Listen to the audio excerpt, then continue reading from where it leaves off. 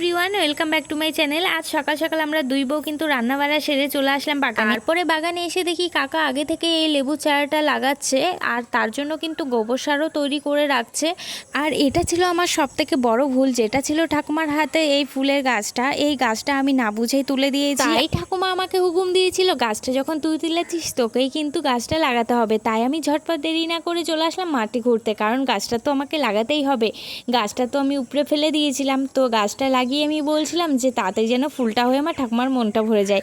তারপর দেখো আমি এখানে গাছটা লাগানোর পরে জলও দিয়ে দিলাম। আর এই যে সেই দুটো আমের চারা, যেই দুটো ছিল আমাদের দুই বৌমার দায়িত্ব, আর এই দায়িত্ব তো আমাদের পালন করতেই হবে। তার জন্য কিন্তু আমরা ঝটপট করে চলে আসলাম সেই দায়িত্ব পালন করার কাজে। আর এই দায়িত্বটা দিয়েছিল আমাদের কাকা, কারণ দুটো গাছ এনেছিল, সেই গাছ দুটোই দুই বৌমাকে লাগাতে বলেছিল। আর এই দুটো আমের চারা ছিল কলমের গাছ। তাই ঠাকুমাকে কাকা ভালো করে বোঝাচ্ছিল যে কলমের চারা কি করে করতে হয়। আর ঠাকুমা সেখানে দাঁড়িয়ে দাঁড়িয়ে শুনছিল, আর আমরাও তার সাথে শুনে নিলাম। তো এখানে কাকা বোঝানোর পরে এই যে এখানে তোমাদেরকে দেখাচ্ছি যে কলমের চারাটা অন্য গাছে আমের আটি দিয়ে করা, বাকিটা কিন্তু উপরে অন্য গাছের চারা ছিল যেটা অন্য আমের।